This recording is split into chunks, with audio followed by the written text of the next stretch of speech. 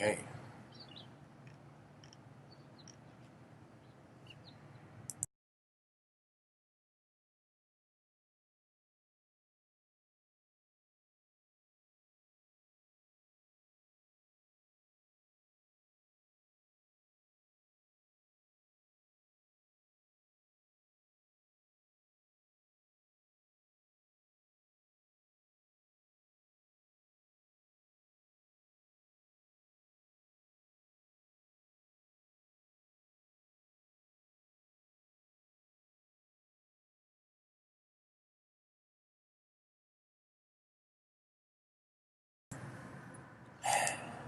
Hello, everyone. Welcome to today's episode.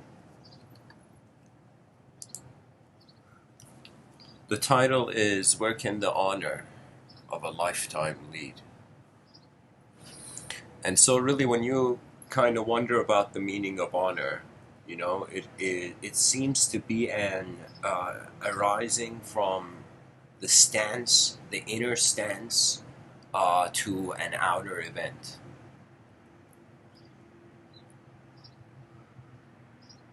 Back in the day, warriors fought, and when the warrior knew he was overpowered, when he would overpower the opponent, the warrior didn't really hold honor, you know. Only when they fought and both opponents were both like they were kind of like, what's the term? They were equally strong. That it made the other one honor the other for the same equality of skill. It's kind of like if the world is made from simpler principles, human beings that remember those simpler principles, that you can hold honor. Honor is kind of like the fool's intelligence. It is really the faith in the pattern of the world and how it will occur. I noticed that before we can even ask the question of honor, you know,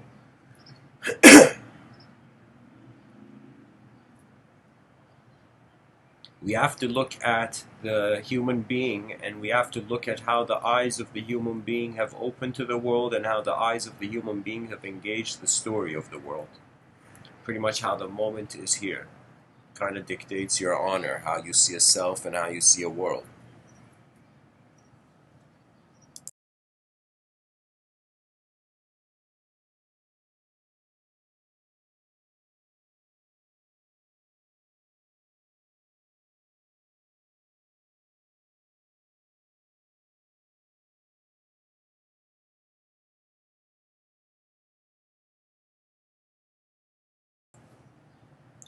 I would like to read some quotes for you about honor from the internet. Then at the end, I will share the depth of how far I have looked into it.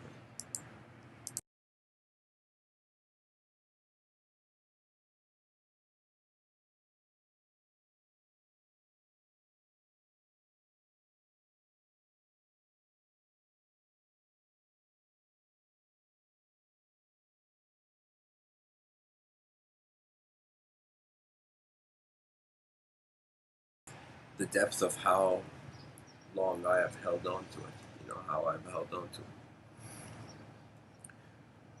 Pope Lilius Cyrus says no one ever lost his honor except he who had it not. Henry Louis Mencken says honor is simply the morality of superior men. That means it's not just intelligence or the intellect that is crucial to advance here, guys, and it's not just occupying the space of life with activities that are trying to escape actually the intense moments of life, you know?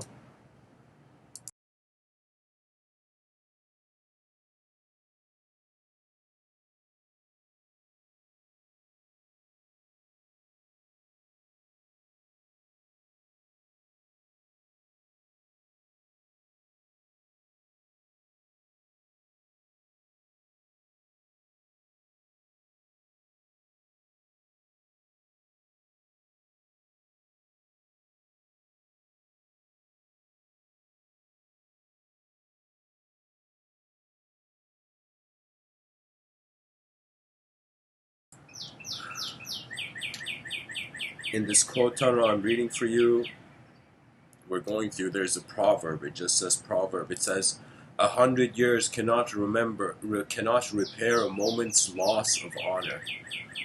Arthur Schopenhauer says, honor has not to be won, it must only not be lost. That's an interesting view, that you start honorable in this world. It is just the sequences of actions that change your own vision of what kind of picture you're in.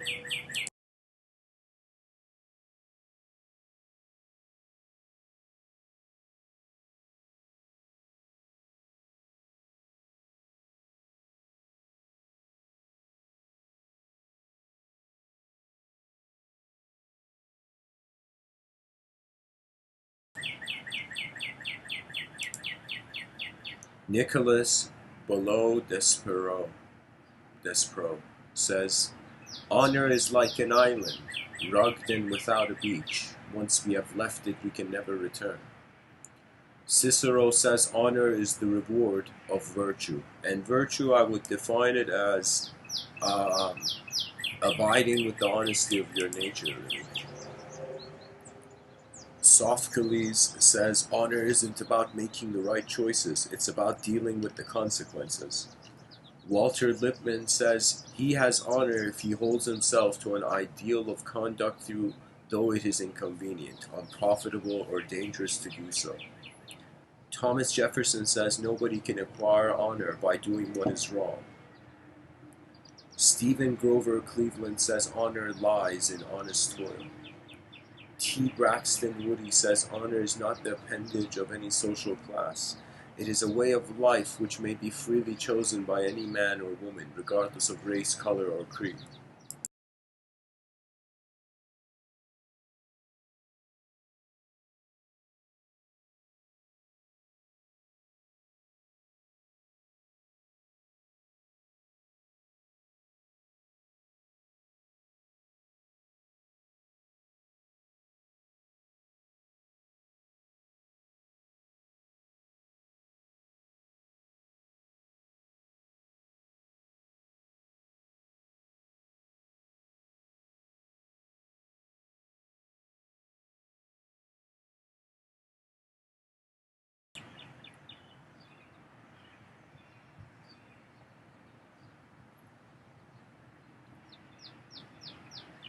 Samuel Taylor Coleridge.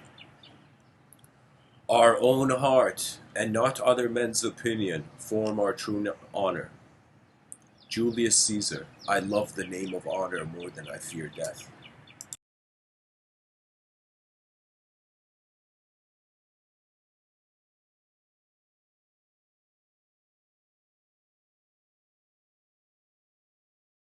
You know, guys, what's interesting is so far in this quote tunnel, I've been reading about the theme honor. I kind of see that a lot of people notice it as something that can be held and that can be lost. That means it has to do really, who was it, Cicero up here? Cicero?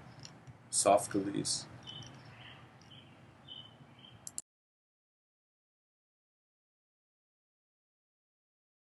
Sophocles says honor isn't about making the right choices, it's about dealing with the consequences. So that's the thing. Really, it's how you handle the effect of something you've caused. What does that mean? That means, like, I open my eyes. If I don't feel that me opening eyes is starting from me, I will not honor it. Not that I won't honor it. I mean, let me see if I can say that again. Life is a series of actions, okay? Every day you wake up, the human being, your attention is kind of roaming the surface of this earth, going on towards whatever interests the person or whatever they're kind of drawn to. So what does that mean? That means we're going through various different kinds of actions. As much as there's different kinds of people on this earth, there's different kinds of behavior on this earth.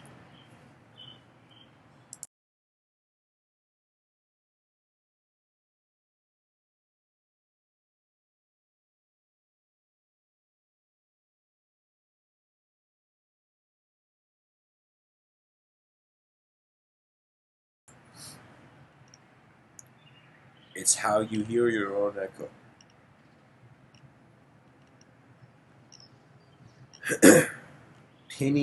Pliny the Elder says, "Let honor be to us as strong an obligation as necessity is to others." Charles Caleb Colton says, "Honor is unstable and seldom the same, for she feeds upon opinion and is as fickle as her food."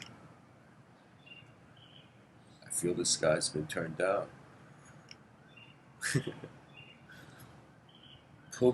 Publilius Cyrus. "He who has lost his honor can lose nothing more." I read that.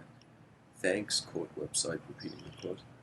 Louis McMaster Bujold. "An honor is not diminished for being shared." Robert J. Sawyer. "Honor does not have to be defended." Okay, that's ridiculous. I can't. Literally, I'm feeling dishonored. No, I think what he means here, maybe, let me see if I can see what he means. He says honor does not have to be defended. That means, he means it can't be taken away. Not that it doesn't need to be defended. I mean, you can say your honor is your greatest defense, you know? Calvin Coolidge says, "No person was ever honored for what he received. Honor has been the reward for what he gave." Okay, there we go. Now we're getting somewhere. Calvin Coolidge, saving the Coat Tunnel. So what does that mean? That's so crucial, guys, that no person was ever honored for what he received. Honor has been the reward for what he gave. Honor is the demonstration of ability and its endurance in the space-time continuum, I feel. That's how I've seen it. It's as if, like, what is the image of the honorable warrior? The warrior that didn't fear life and handled the moment as it happened. That means when you're in a battlefield, that's kind of life taking you into a situation where the unknown variables have increased.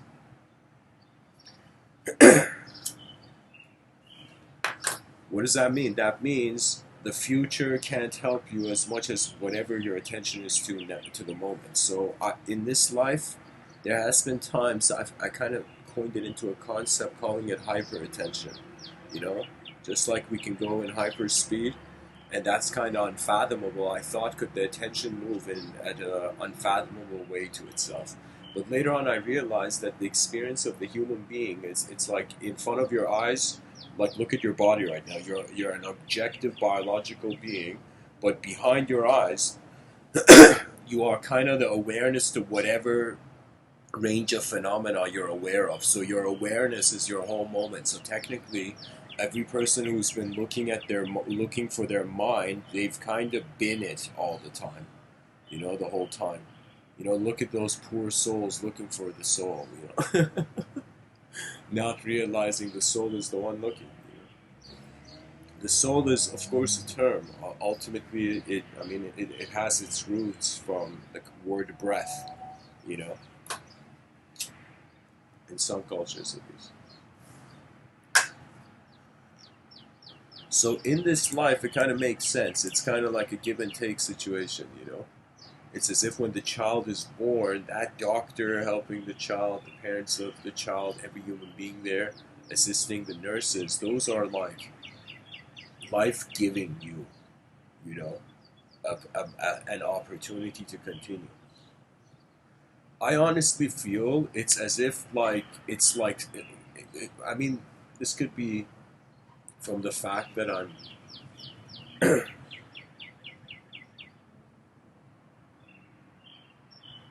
I feel every person is living a film that they wrote. And that's the nostalgia of the reunion with the unknown whole.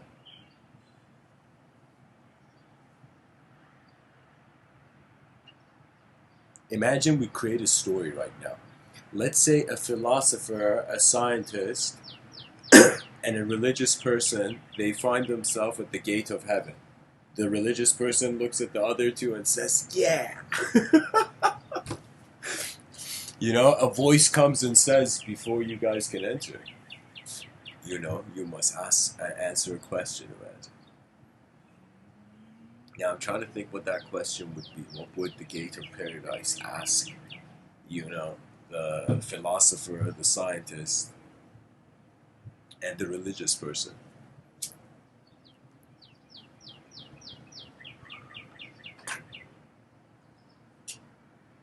That means that's an interesting view, no? What would the universe ask you? Usually people are asking the universe. Some people even take it extreme. They ask the universe for stuff. You know, this concept of wishing for things, it's like it's a blindfold from reality being realized to be. It's literally how you think of life as a radio, okay? And think of as if every moment where there's a neurochemical shift, you know, and like your brain is a jar of liquid, okay? So anytime the liquid moves, even your balance, your positioning, your physiology, these all influence the fabric, the how nature comes across, how reality comes across. Now let me see what that question would be. Let's see. Let's see. It's a better question.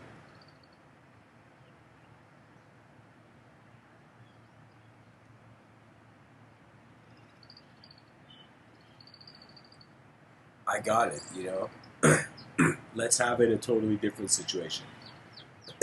Let's say that the philosopher, the scientist, and the religious person, all three, all these three lenses, three character, or you can say archetypal positions.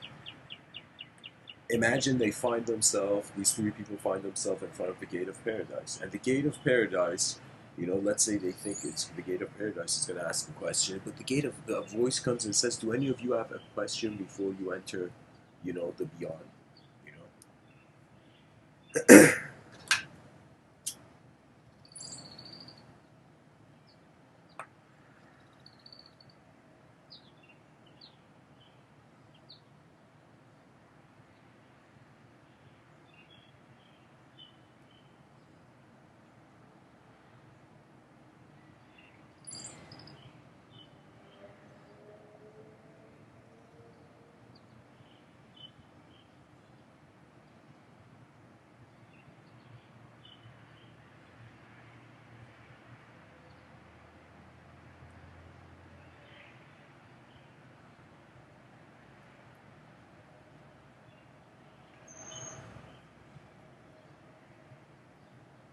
let us say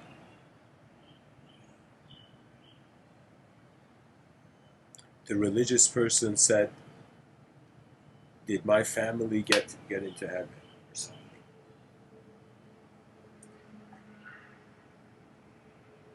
The scientist said, "All right, truth. What is a black hole?" The scientist wanted to know what's behind the black hole, and the philosopher was left. And the philosopher, let us say, asked, "What is the ultimate question?" And the other two looked at the philosopher and they're like, "All right, this guy's staying true to his philosophical nature, even in the afterlife." You know?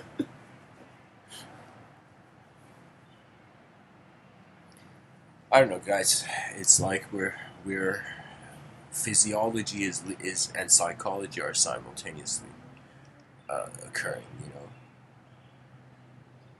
that means it's like whatever happens physically can change the honor of the person. You know, the person can be dishonored. You know, so I could say honor is probably stability. I think dishonor is a push, and being dishonored is reacting to the push.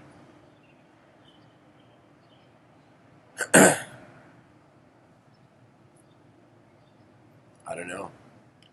Let's go with the quote tunnel almost at the end of it.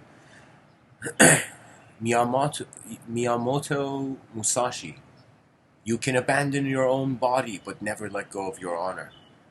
Jacques Bossuet says honor is like the eye, which cannot suffer the least impurity without damage. It is a precious stone, the price of which is lessened by a single flaw. Akhenaton says, honor is the inner garment of the soul, the first thing to put on by it with the flesh, and the last it layeth down as its separation from it. Wow, wow, wow, this quote is incredible. Wow, this man has too much honor. Oh, nice, chat sections. Suddenly busy. Welcome, everyone. It's morning here in Toronto.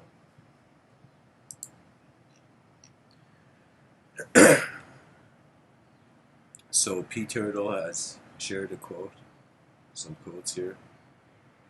A life spent making mistakes is not only more honorable, but more useful than a life spent doing nothing. George Bernard Shaw.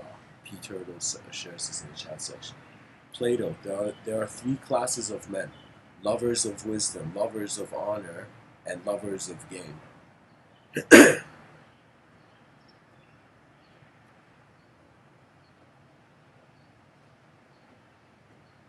I mean, they're all interrelated.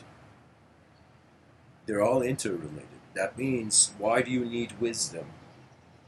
To restore your honor. Why do you need honor? To have the courage to walk in this world and gain things, to survive. So that quote was from Plato. George R. Martin. You wear your honor like a suit of armor. You think it keeps you safe, but all it does is weigh you down and make it hard for you to move.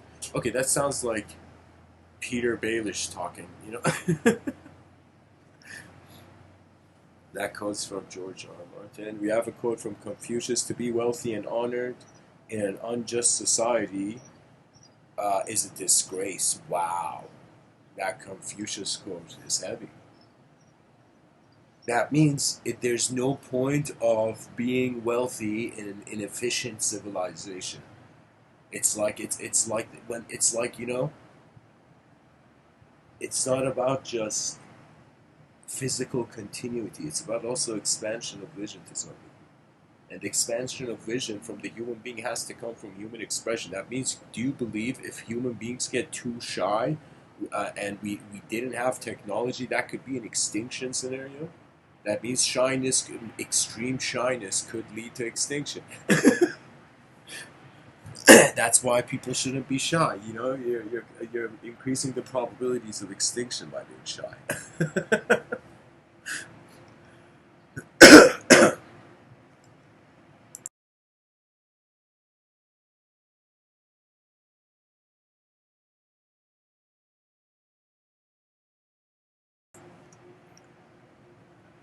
Socrates says, I'm just going to read the quotes in the chat section, guys. I'll consider this part of the quote time.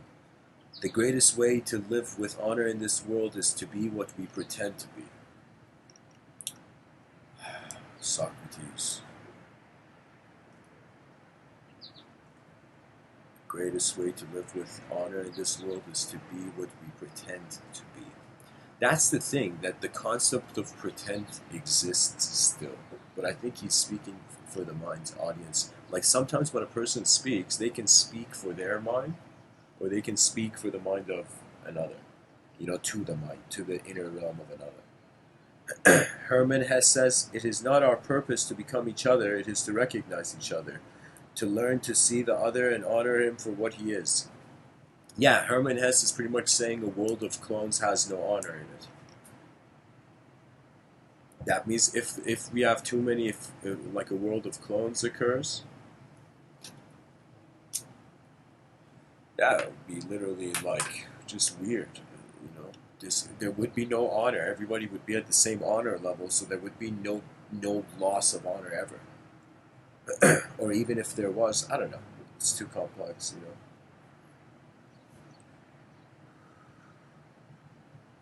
Fred Rogers, Peter O'Sherson says, it's not the honors and the prizes and the fancy outside of life which ultimately nourish our souls. It's the knowing that we can be trusted, that we never have to fear the truth, that the bedrock of our very being is good stuff.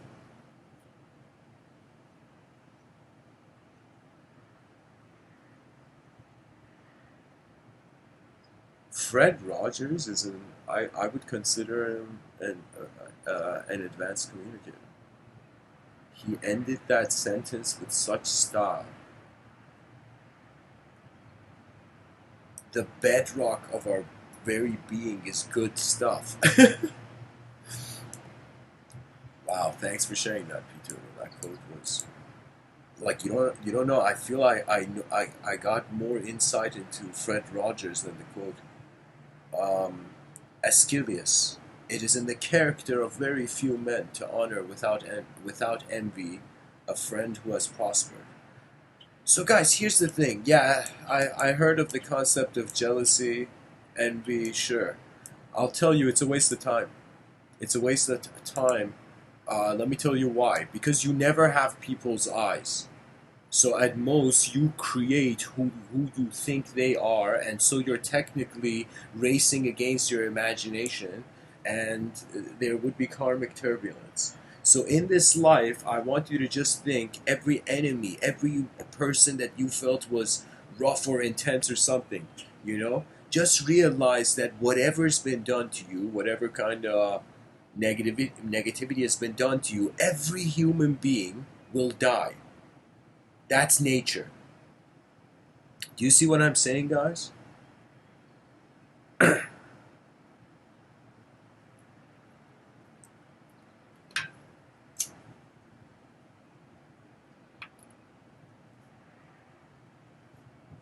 We fear the only opportunity we have, and that is the only way we can fail. If we don't, if the fear is more important than if the fear wasn't there, what would you see? Who would you be if in tomorrow you could open your eyes and breathe as not per se a human being, just a human being, but an advanced communication of the moment. I'm telling you guys, life is strange. It's like you start off as an object, then you become aware of this inner melody. As you become aware of this inner melody, you begin to discover the nature of the knower. The nature of the knower is pure attention in space, so there is a point where whatever you have considered to be the individual and whatever you have the known individual and whatever you have considered to be the unknown collective or the unknown other, it is in some sense you realizing that in one beam of attention all classifications of reality are kept. It's literally returning to, as they would say, your divine nature. And when you return to your divine nature, life is not just an ideal, at least in Mr. Within's experience, it's not just an ideological thing. It's not just like a cake that you find it and eat it and yay, I got the truth. It's not something like that. Reality is this process that the more we become responsible for it as a mind, the more unknown we will have to acknowledge. So think of it this way. If you have a system that is 50%, let's say you have a system that is 50% known, and a system that is 50% unknown. Literally, you have a nowhere system. A nowhere now here system.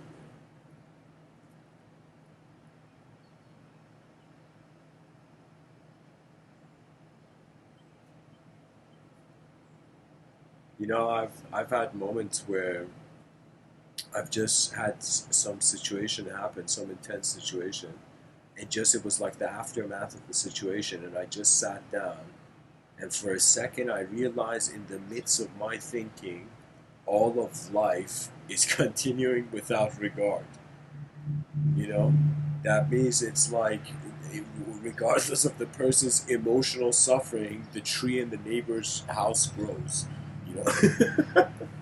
The tree, like, you know what I mean? Nature at most is an activity, and so contentment with its meaninglessness is like the shield. Once you find a comfort, it's pretty much like this. I remember I would fear the swimming pool, and then I swam down and I touched the bottom of the swimming pool, and quickly ended up like looked at the swimming pool. I went to the shallows end, and I did that as a kid. And I came back up, and after that moment, the moment I could handle the most intense part of the swimming pool as a kid, as a young kid, it was like I felt comfort with the whole system. And so sometimes in life, I'm saying these unknown variables that realistically knowledge is just hovering in the middle of nowhere. It's an unknown, you know?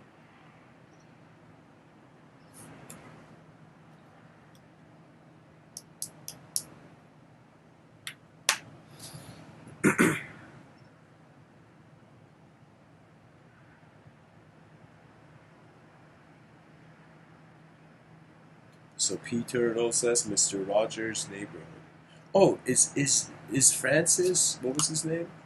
Was it Francis? It wasn't Francis. It was Fred Rogers.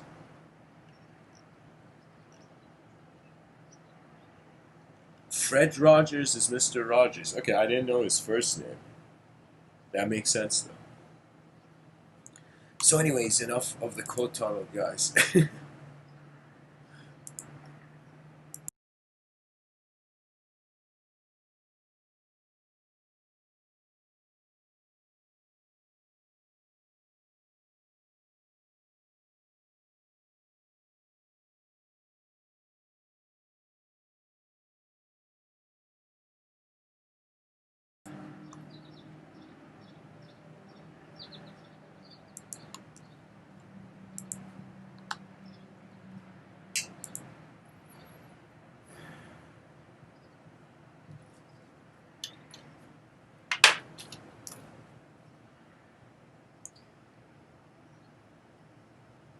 I think we have no choice in this life than to handle it head on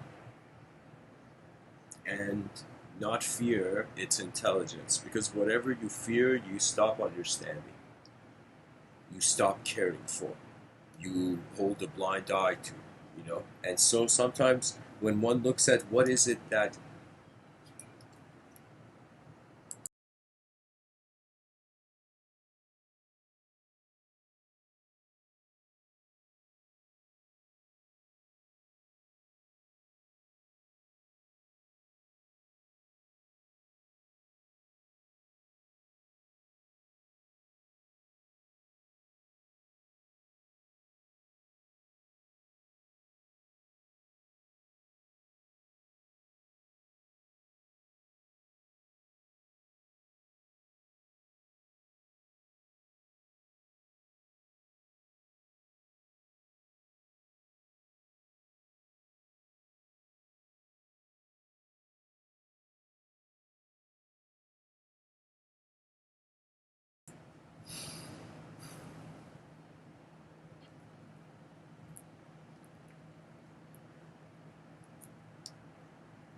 in, I believe it was 2014, I think, maybe earlier, I wrote this strange book called The Great Work. And so in it, I had this question. I was kind of I didn't like here. I'm telling the inspiration for the book. There came this question in my mind that we are 8 billion creatures, and what is the greatest work in this life? Work is like holding a sword. You know, it's like back in the day, warriors needed a sword and a shield. You know, so but then it comes when you the more macro observance you have, the more the context of what makes the work great changes. So it's kind of like wondering what is the great work of human evolution? Like, what do we do with what we are left with?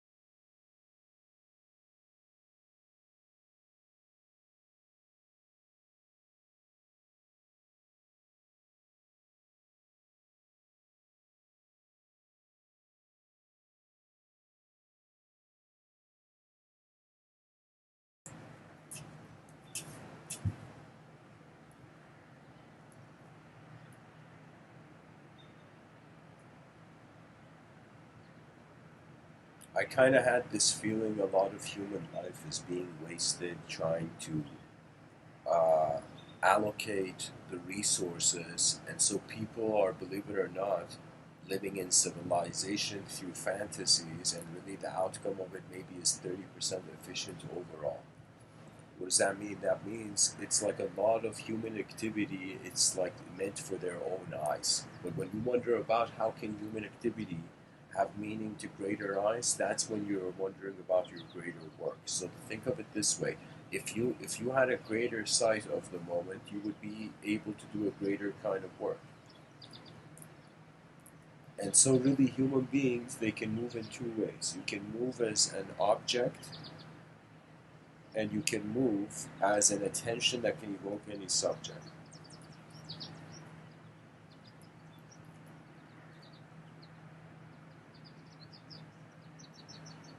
You know what's interesting, P Turtle? So, guys, P Turtle shares a very interesting comment. P Turtle says, "You seemed stumped when Socrates said what we pretend to be. We are what we pretend to be, or rather, we become what we pretend to be." You see, it's not about pretending. Here, let me clear this. Because you realize your eyes have been looking at it. You know, that means I feel the concept is impossible. So here, I'm looking at what Saint Dictionary has to say. It says, pretend. It's verb, speak, and act so as to make it appear that something is the case when in fact it is not. It's like a lie in action. It says engaging in a game or fantasy that involves. Oh, okay. So give the appearance of feeling or possessing. Simulate. Okay, simulate. So we can say to pretend something is to entertain a simulation.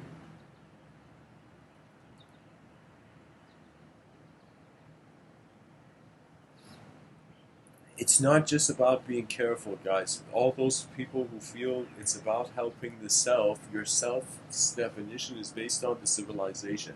That means imagine there was a lightning strike that any person it struck, that lightning, there, for example, let's say, I don't know, they would have uh, their bank account would have endless digits in it.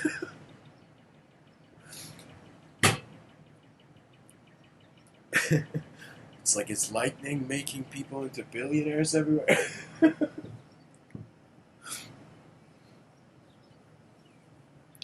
No, no, no. I feel you don't know what there is to even pretend to be. I feel it's just a known attention moving in an unknown landscape. More phenomenology, the information of the moment shifts. When the information of the moment shifts, if there's this endless rhythmic re-strategizing of the psychology endlessly, based on how you move, what you feel, and even superior to the basic needs of our physiological maintenance based on also psychological maintenance. That means psychology and physiology, their correlations becoming more and more closer to each other because the doctors are like, hey, your stress is going to mess your health. And what does that mean? That means if your stress is an inefficient image of yourself, when in that very moment you could also be having an efficient image. You know.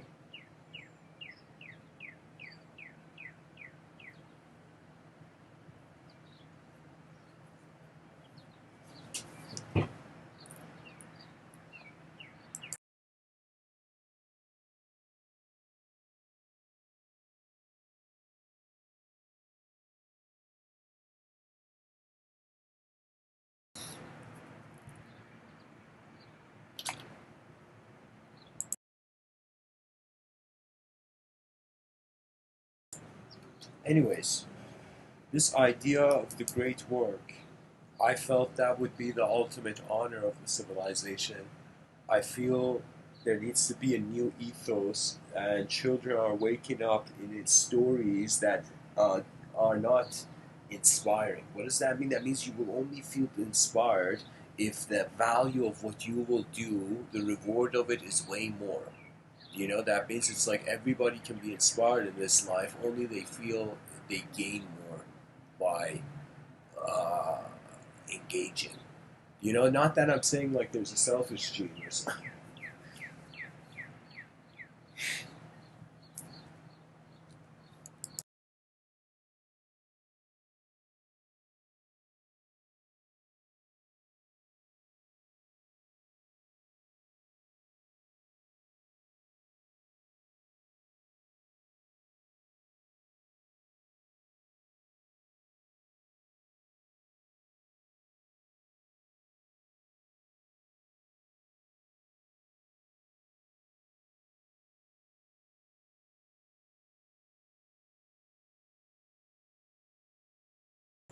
Guys, it's kind of like saying when you pick a paintbrush, when you have a paintbrush in your hand, and every day, let's say you wake up and you paint on an empty canvas, can you pretend art? Can you pretend art? You will see no. That life is left to the technique of your hand, or you can say the constitution of your innermost.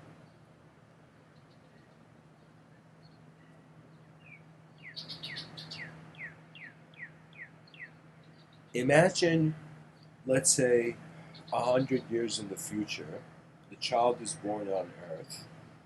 Its educational system, it enters the educational system, and the educational system is no longer saying, "Learn this, do this, you'll get a nice job."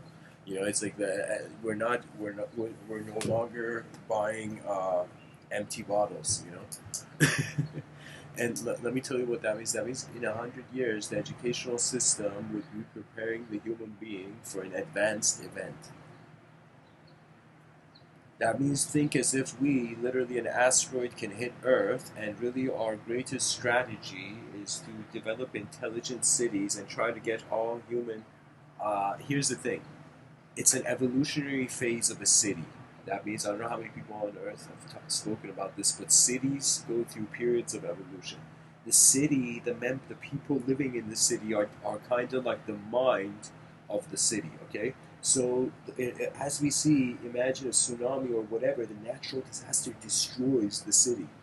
Okay, so now imagine a city that is hovering in the air. Okay, so imagine the evolutionary chart would be like this for a city. Like regular cities as we see now, sky cities, spaceships, and then after that point, I think that would be the sort of ultimate thing, kind of like Elysium, kind of safe havens.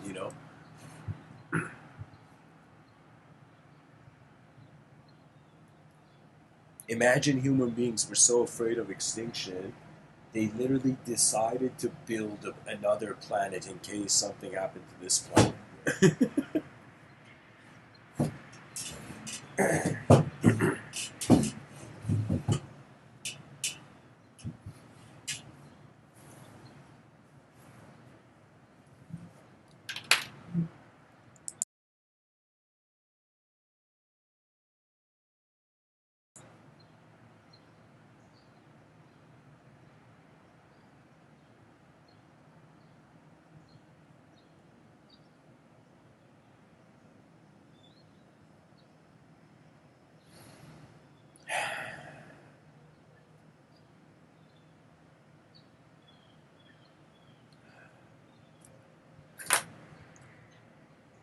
I don't know, guys.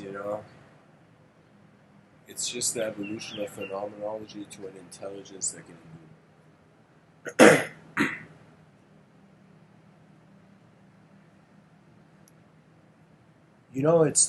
It's like this is a good question to ask, and I think it's a good question for every human being to ask themselves. Kind of like this. This is the question. If I am only alive once, and every day and every moment kind of happens once,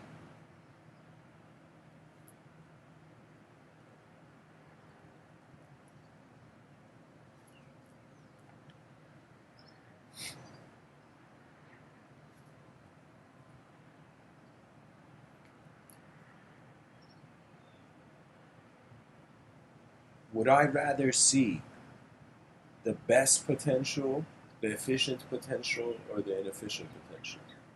Because rational hope is efficiency. I don't know what other. There's no metaphysical narrative towards the efficiency of the civilization. It's only wanting to the wonder of seeing what it could be.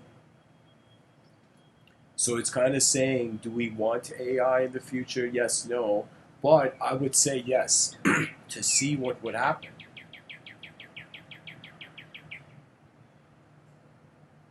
So inevitably, everything comes down to your vision, and your vision can choose to treat yourself like a moment to moment dweller, or you can choose to build something while you're here.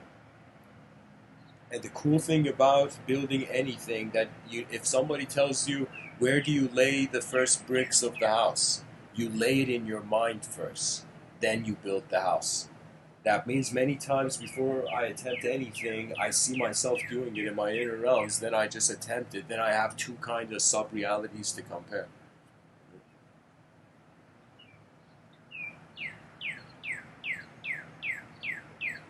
I'm just saying if life only if every day is kind of happening once, it's like, don't we want to see the coolest thing before we leave? You know what I mean? It's like that's the thing that was mysterious. I was like, why are so many children around the world fascinated by martial art movies? Because the characters in those narratives are demonstrating an ability, right? Like, look at the highest grossing movies. They're all like superhero movies. What does that mean? That means it's the evolution of the human archetype in society.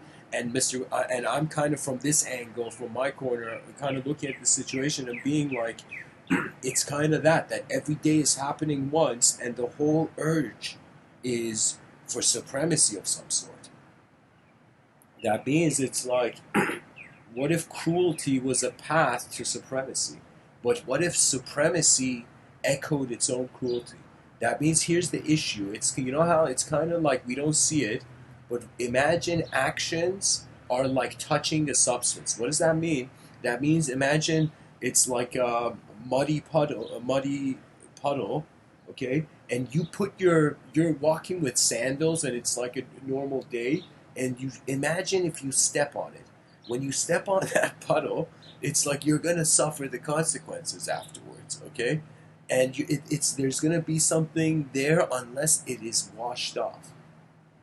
So check this out. Actions are like chemical, like you're a chemical, and the act you do is a chemical, and as it's like a transformation of a both on some level too. You know, something profound. I don't know where I read this. I think it was in the Puranas. It was this idea that Rishi Vyasa had shared that it was what was the god's name? Oh, how do I forget the name? It's this Vedic god, Devi. Anyways, demigods, devas. These gods would exist in emotions. Emotions were in a boat. So imagine all the angry people on this planet. They are a world for a god that's living in there. You know.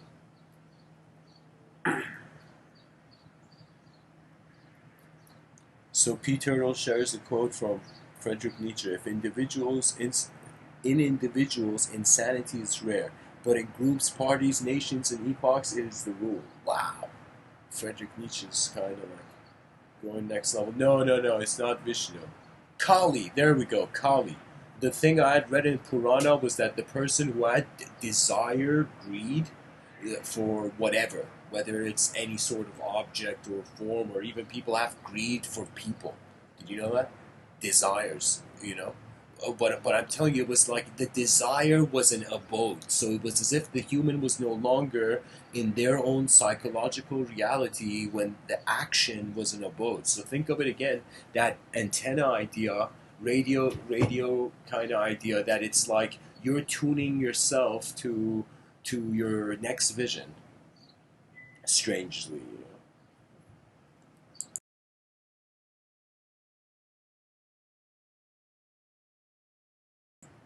Guys, it was Cali. Yeah, I remember it was Cali. You know, that means there's some people in California, they call it Cali love or something. You know. And there's some people in India who are worshipping Kali, and that's a sort of Kali love. Um, it's like a strange amount of Hare Krishna followers are worshipping Kali in California, and we don't know why.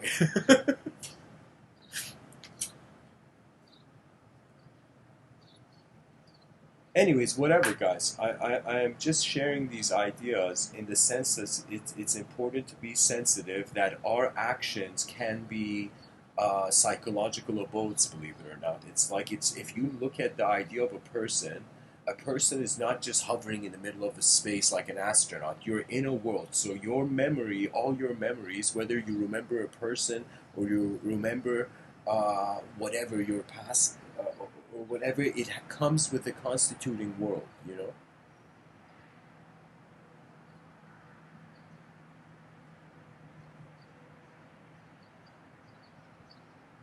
There's a quote from Rumi.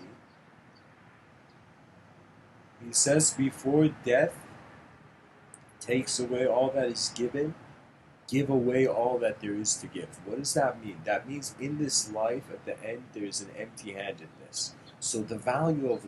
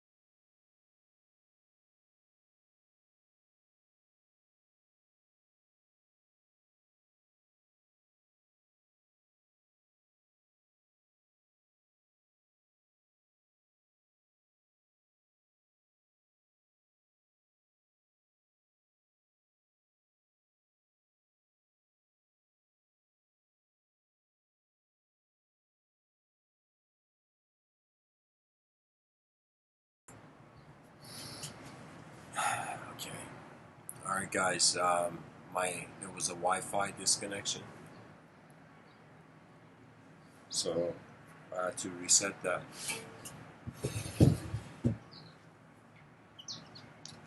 The good thing is the streams kind of continued on, so it hasn't become like two videos.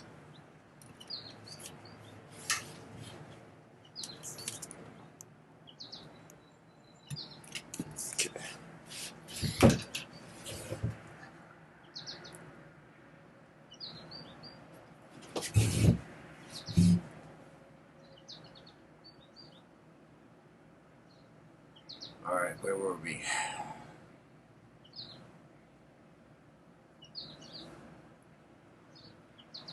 Pretty much, guys, this idea of the great work is you're alive once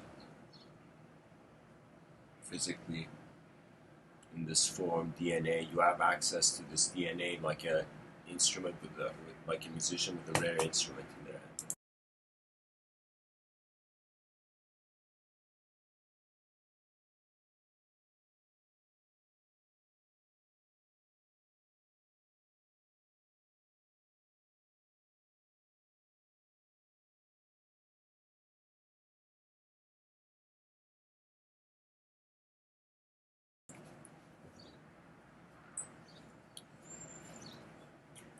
The Logos once told me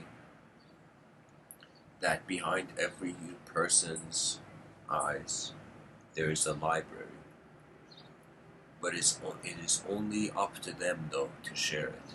And that's kind of my point, that if we just think about what value does our life have to ourselves, it could have a very quick answer, you know, or it could have an answer where the whole life you're just trying to, upgrade you. But then eventually you see the you are like the same as the you in the universe. That means it's like the same you. So we can't ignore the environment.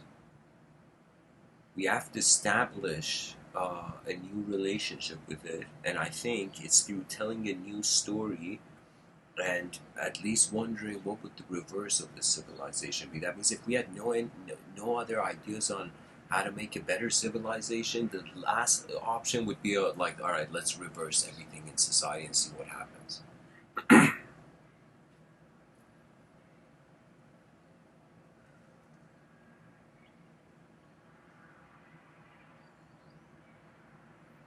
Guys, I don't know if people are hearing me, but hopefully they are.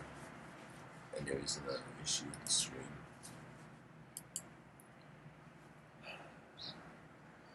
When life moves, really, you're just the whole moment.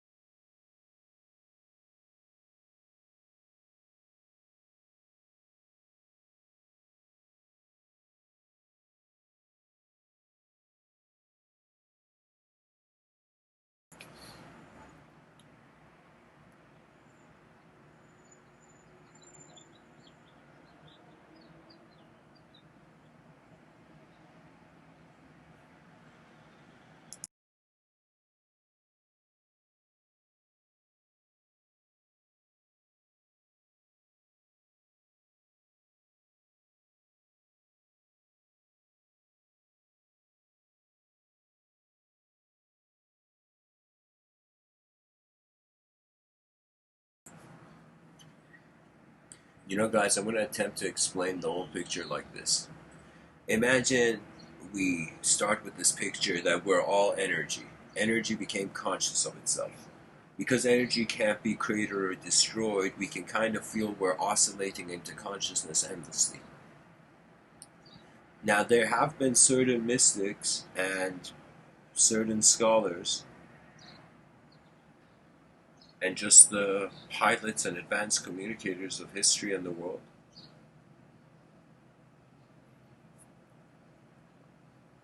They have said there is a middle way. There is a way you can live on this earth where it doesn't generate suffering anymore. It just starts generating joy.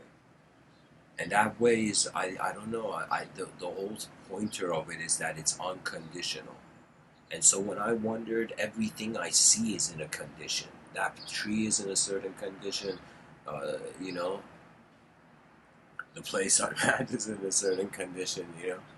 Everything is in different conditions, right? So to find an unconditional wisdom means it shouldn't be shaped. So I think that in this life, you either get lessons that point to embodiment or lessons that point to disembodiment. And when I say disembodiment, I mean just like we're in creaturehood, and we're wondering if our minds could transcend any relativity to creaturehood, any relationship to the creature, you know. That means it's like we are very ethnocentric. It's like even if we think we're looking at the planets and the galaxies and the stars, it's still ethnocentric. We named a silent movement of phenomenology. And that's reality. It's like it's all the linguistic simulation. Knowledge is never static in a in a world that changes in such a way. And knowledge only it arrives due to its utility. So it's like in an emergency, why does the person suddenly become their attention goes into a hyper mode? You know, nobody's stupid in an emergency. You know, it doesn't matter what grade the kids in the classroom got. When there was a fire, they all ran out. All those kids that ran out of a burning building, they, in some sense, they passed the grade. You know, and that's the thing about life. It's being told to children to be something soft and gentle, and when they look at it and see its intensity, then they are kind of broken. And Carl Jung, I don't know what he termed it really. I mean, I don't remember right now, but it was something where he said it's like there's this innocence that the human being has. Now, this innocence is the purity of you being everything in life being in accordance to your inner realms. When this innocence is taken away, then the person enters this jaded mentality towards reality, where suddenly the playground has become a battlefield. And most people go on to that battlefield and they forget their inner child, so their whole decency and stoic maintenance um, it becomes inefficient.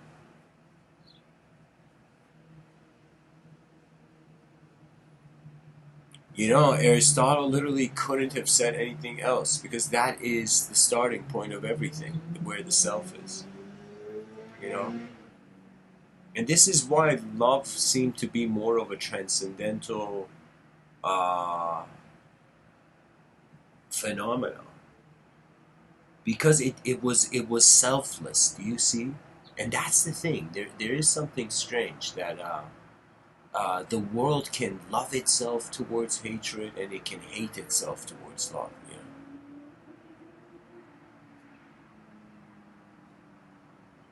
Whatever it is, after some point, there will be children born, new human beings enter the system, and they're going to be like, this is how we see it. You know? I just feel there's so much information behind our eyes that deserves to be efficiently and strategically shared in an advanced civilization. And an advanced civilization is not seeing one step ahead, but it's trying to see as far as it can. That's the difference. I think that's the difference between honor, you know? I think it's the fearlessness, a sort of fearlessness towards an eternal knowing, you know? So, anyways, guys, I'm going to um, end the talk here, but I'm going to open it up to questions if anybody has a question or maybe they want. I don't know. It doesn't have to even relate to the talk. I can help you if the person has another inner realm inquiry. So, P Turtle shares in the chat section, we can know only that we know nothing, and that is the highest degree of human wisdom. Yeah, because it's too big. And when we think we just know it, that's us not realizing how big it is. Failure is like the first step towards success.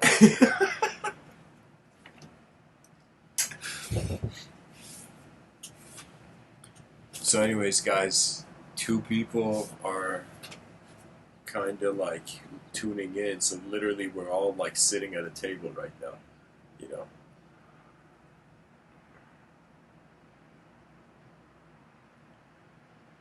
Think of it this way: if the universe is related, that means if the butterfly effect, like the movement of the wing of a butterfly, can also be the cause of why a guillotine like kills a king back in the day.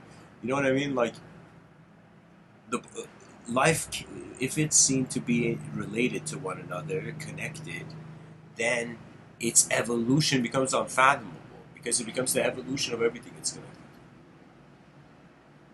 I mean, think about it. Somebody who comes and makes a bad neighborhood into a good neighborhood, you know?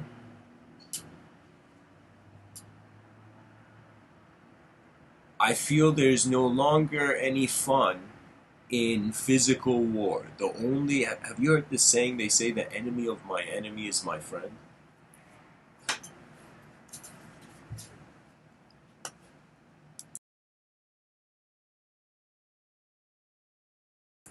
What if I told you there was an enemy? What if I told you there was an enemy, that every human being had this enemy in common? And let me tell you why I use that term. Because, based on the view, the enemy of my enemy is my friend, the unknown is the true war. The true war is never physical. Any physical war is the sign of like a kind of like uh, it's a step towards the cave physical war.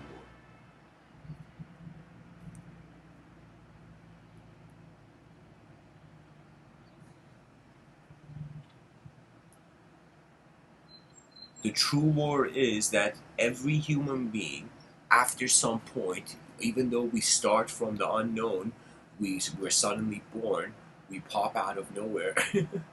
We're like a bag of chips. That's how like that. Like I think this we can call this uh, you know, bag.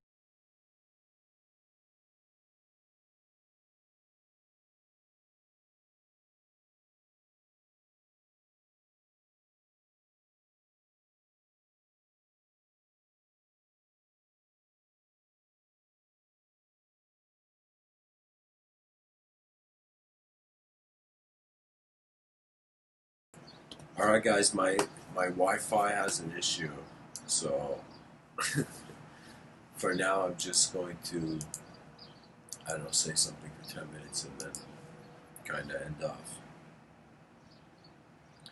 I just saw that imagine every person is living an inner life, and we all have the outer life in common.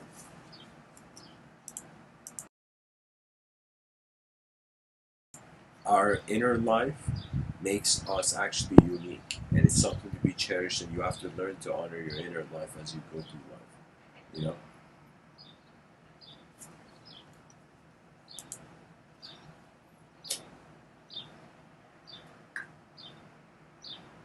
Now there is a limited opportunity. We don't know about the eternitude of the inner life, but we know about the temporality of the outer life. So the temporality of the outer life renders whatever intelligence there is, eternal or temporal, to be its own opportunity.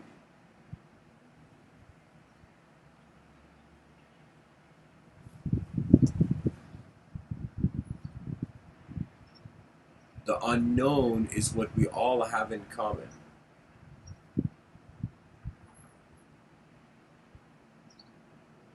The unknown is the ultimate inspiration. The unknown is the ultimate teacher. The unknown is the only teacher. It is the teacher of teachers. That means when you ask the teacher who's your teacher, the guy says, "All right, this guy's my teacher." Then you go ask that guy, and eventually you go back to a point where there was nobody. Nobody was a teacher. There was no student. There was no teacher. There was just a creature, just going through life, and experiences translated into language, and language could be shared. And so it's like the task of the human being is to build an advanced tribe, an advanced civilization where we are hunter gatherers of our inner realms. Where that's why it's like I was thinking, what would happen if you input 100% creativity, inject 100% creativity into a society. I was even thinking as if like right now, as the more complex technology becomes, the less potentially trust of chemicals people may have. So the more unnatural stuff human beings do, it's like the less natural stuff they will be aware of, you know?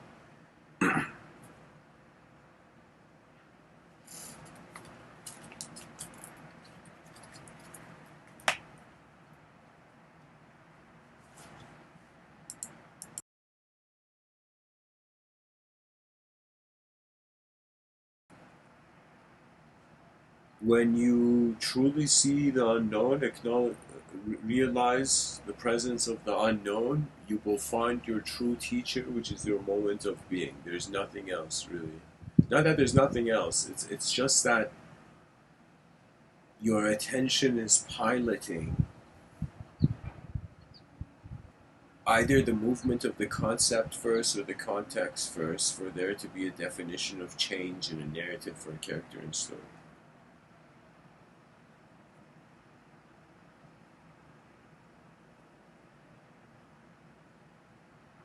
We have to care for imagine the mind, the human brain,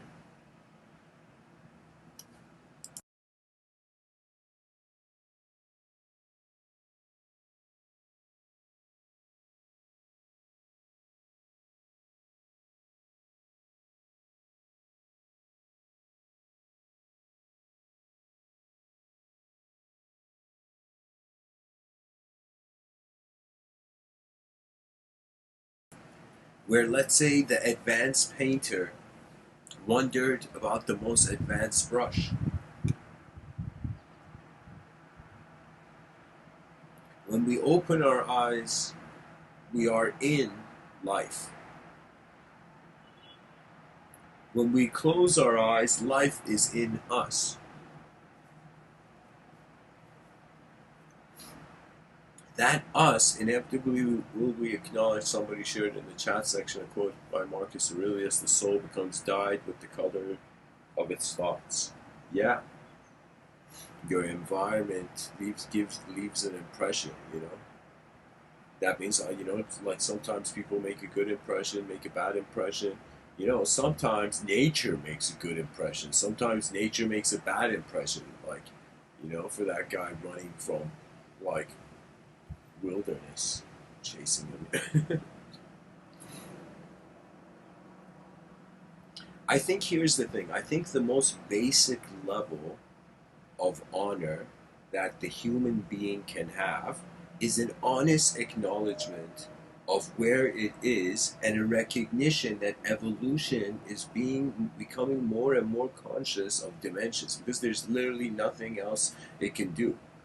We can do here. It's like an endless pursuit of seeing how far the species knows.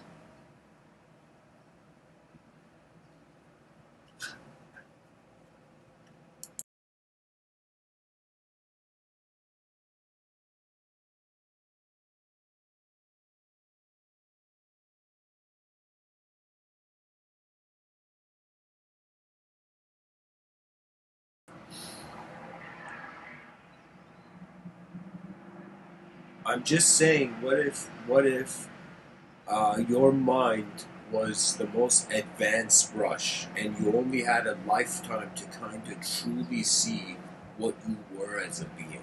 I mean, forget the future's promise. I mean, really, the now is the starting point, is where the innovation begins. So biological existence is like the pen, the ink of the pen, and consciousness is like an awareness to the empty page. So it's like uh, you can say on some level you can see it as a it's as if existence, the conscious experience of existence, is God's handwriting, but God is no longer a concept when the human concept is has its limitation. So what that means is it's like when God is no longer a concept for you, then you kind of realize the nature of the eyes. You know, what does that mean? That means whether you're, I don't know how to say it. It's like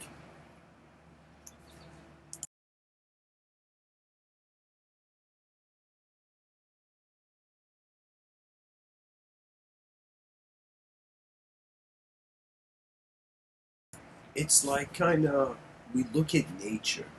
Just when I'm looking right now outside my yard, I see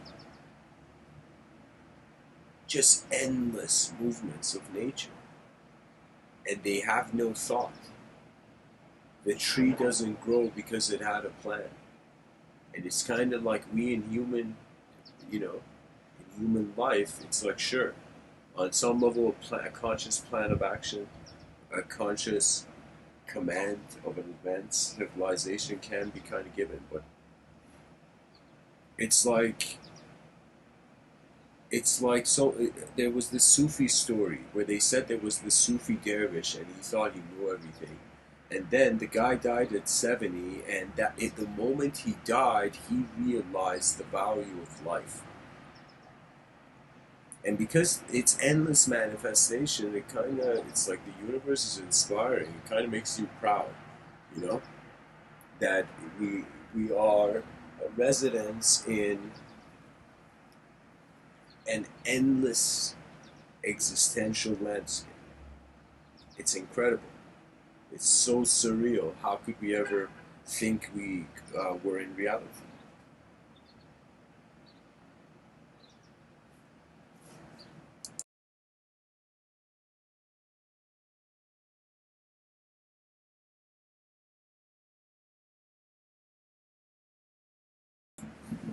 I thought, how fascinating would it be if we had a civilization where we created technology that it's like now in I call it civilization 1.0. It's 2020.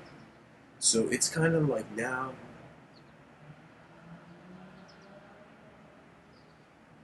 like, I don't know, people are thinking about sharing a few ideas, attempting to write a book. But I'm telling you, imagine there was this giant library in an advanced civilization, and it was the library of names. And it was in that library was the names of every person, and you went and saw there were shelves dedicated, bookshelves dedicated to people, human beings, that they had honored their civilization's continuity, that they had realized if extinction is inevitable, that means the sands in the hourglass will stop falling for the human psychological kind of development. So, what does that mean? That means imagine 8 billion advanced communicators marching towards the unknown, building an advanced civilization because literally there's nothing else you can do on a rock in the middle of nowhere. And as a very notable character in this Japanese comic series, Shingeki no Kyojin says, Shinzu Sasoyugo.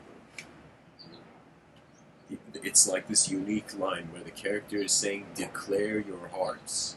That means find something in this life that you are willing to go really far in to see who you will be if you go far in. By the way, guys, this is the Q&A section I'm talking, so anybody can ask a question.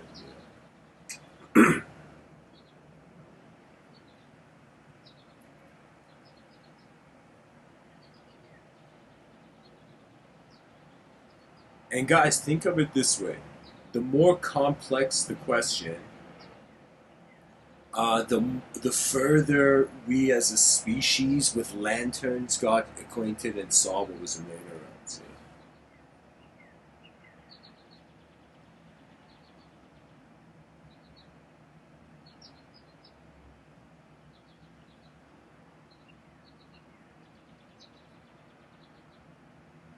The greatest resource on this planet is not money;